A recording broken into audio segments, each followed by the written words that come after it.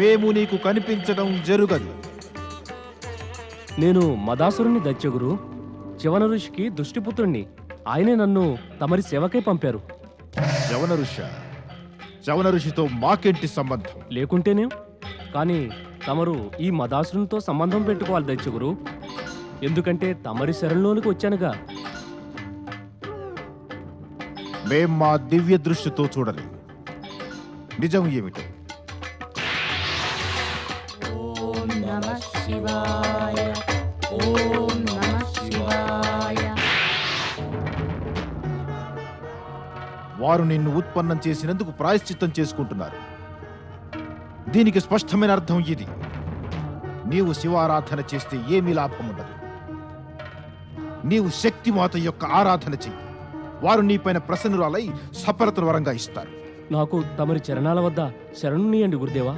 నాకు అసుర ధర్మాల శిక్షణ నీయండి. లేదు, ఎప్పటికీ కాదు. నువ్వు చవరుని మాదిరిగా మా మనుమునందు వికారాన్ని ఉత్పన్నం చేయగలవు. మేము దైత్య గురువులం. దైత్యులు అసురుల స్వభావమే వికృతం.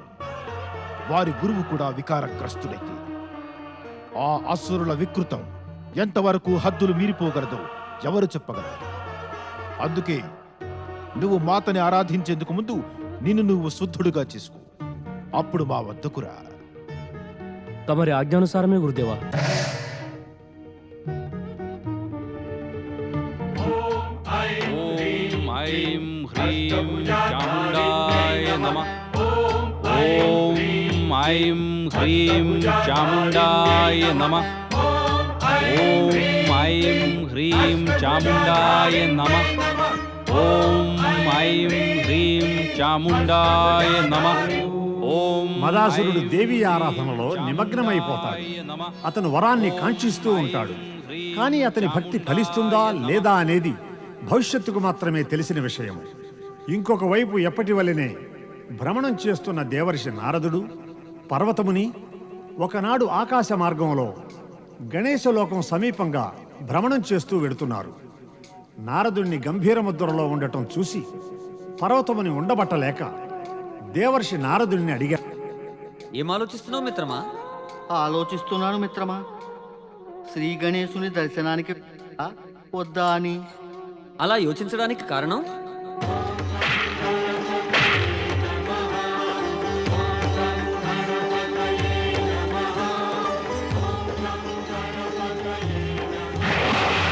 మిత్రమా, ఆనాడు శ్రీ గణేశుని ఉగ్రరూపమును చూసి చెగుతుండయ్యాను.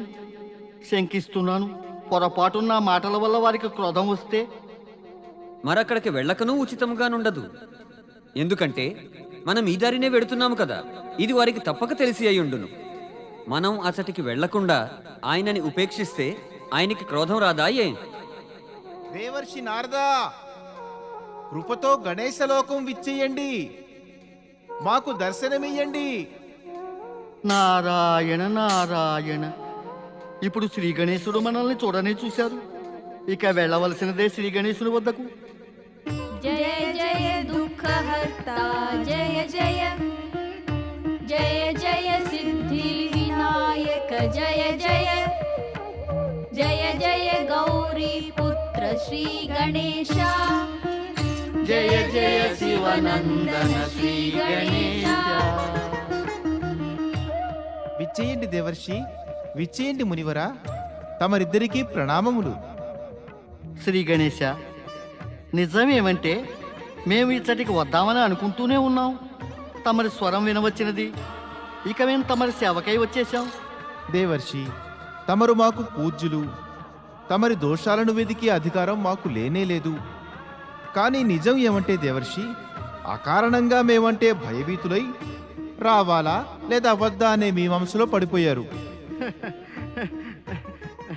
శ్రీ గణేశ, పరిస్థితి ఎలా ఉందంటే. వద్దు దేవర్షి, నాకు స్పష్టీకరించవలసిన ఆవశ్యకత ఏముంది?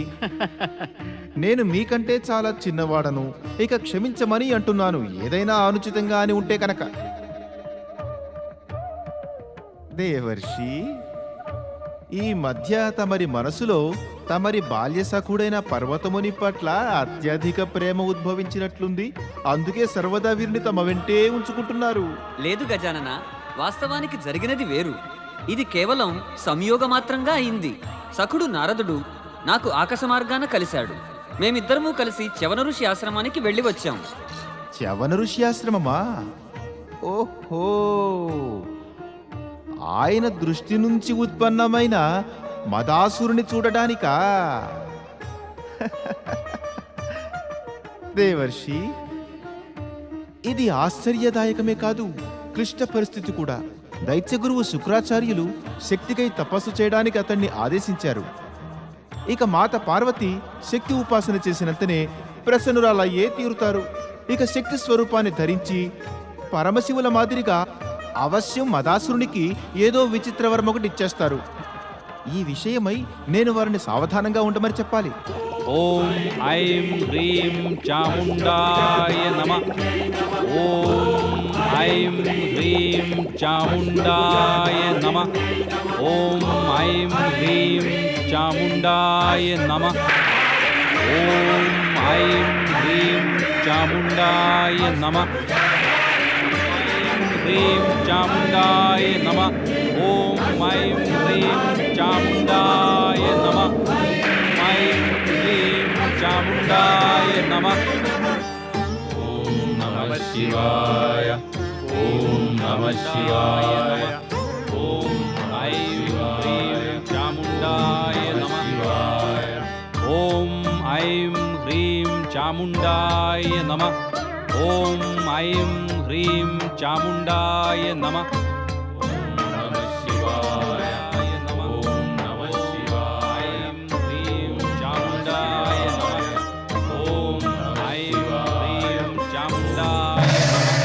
ఓం ఐం హ్రీం చాముండాయ నమః. ఓం ఐం హ్రీం చాముండాయ నమః.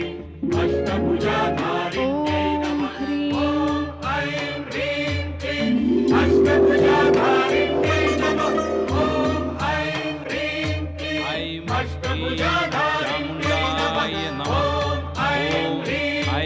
హ్రీం చాముండాయ నమః. ఓం ఐం హ్రీం చాముండాయ నమః. పార్వతీ మాతకు జయము, శక్తి మాతకు జయము. ప్రణామములు. సదా సుఖీభవ గణేశ. నీ ప్రభావము భక్తి ఎంతో వృద్ధి అగును. నీ యశస్సు దిగ్దిగంతాల దాకా ప్రసరించుగాక. తమరి ఆశీర్వాదమే నాకు శక్తి మాత. కానీ ఈ సమయాన నా ఈ శక్తి స్వరూపిణి మాతను సావధానపరచ ఇచ్చటికి వచ్చాను. సావధానపరచడానికి వచ్చావా? నన్నా? ఎందుకని? మదాసురుని గురించి, అతను చ్యవన ఋషి మానసిక వికారం నుండి ఉత్పన్నమైన ఒక నీచ అసురుడు. మదాసురుని భక్తితో ప్రసన్నురాలవై అతనికి జగతిలోని నిర్దోష ప్రాణులు పీడించబడేటటువంటి వరమేది కూడా ఇయ్యవలదు. మరైతే నీవు కూడా నా వెంటరా గణేశ.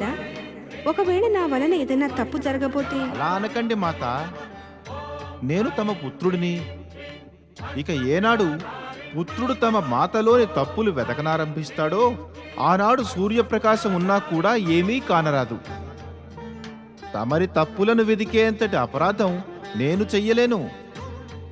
ఇక పైగా పిలువకుండానే తమ వెంట నేనెలా రాగలను? మదాసురుడు కేవలం తమరినే పిలిచాడు. తమరు వెళ్ళిరండి. కేవలం ఒకటే ప్రార్థన, సచేతనంగా ఉండి వరమియ్యండి. ప్రణామం మాత. ఓం ఐం హ్రీం చాముండాయ నమః.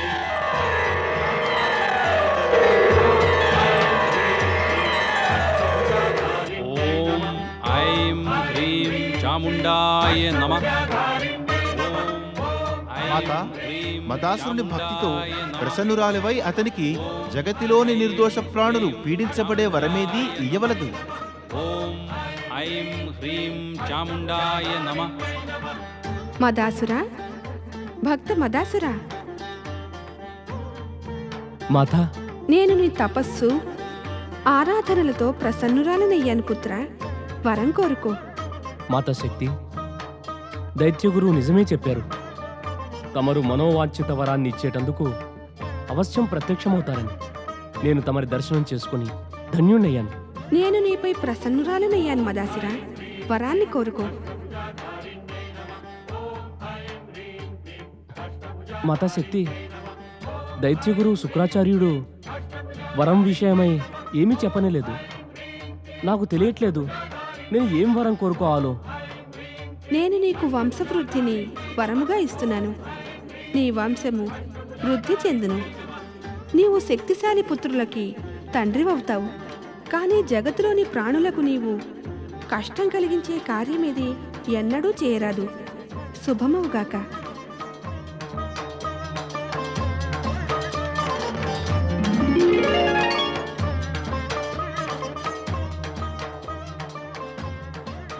నడు దైత్యగురు శుక్రాచార్యుని వద్దకు.